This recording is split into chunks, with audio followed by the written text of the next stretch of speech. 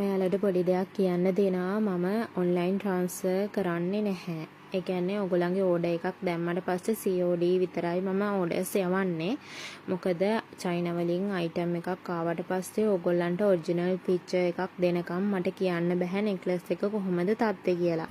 මොකද මාත් ඒගොල්ලන්ගේ ෂොප් එකේ තියෙන වෙබ්සයිට් එකෙන් අරන් තමා දාන්නේ. මොකද නෙක්ලස් එක කොයි වගේ ක්වොලිටි එකකට එයිද කියන්න මට බෑ. ඒකින්ද ඔන්ලයින් ට්‍රාන්ස්ෆර් මම ගන්නෙ නැහැ. COD විතරයි මම කුරියර් කරන්නේ. ඔයගොල්ලෝ ඕඩර් එක දැම්මට පස්සේ ඩිලිවරි ඩේට් 20-25 ඇතුළතදී ඕඩර් එක හම්බ වෙනවා ඔයාලට. ඒ කියන්නේ මට දවස් 14ක් ඇතුළත වගේ ඕඩර් එක හම්බ වෙනවා මට. එතකොට ඔරිජිනල් ෆොටෝ එකක් දාලා ඔයගොල්ලන්ගෙන් අනිවාර්යයෙන්ම කන්ෆර්ම් කරගෙන තමයි මම කුරියර් එකට බාර දෙන්නේ. ඔයගොල්ලොන්ගේ කැමැත්තත් ඇතුව.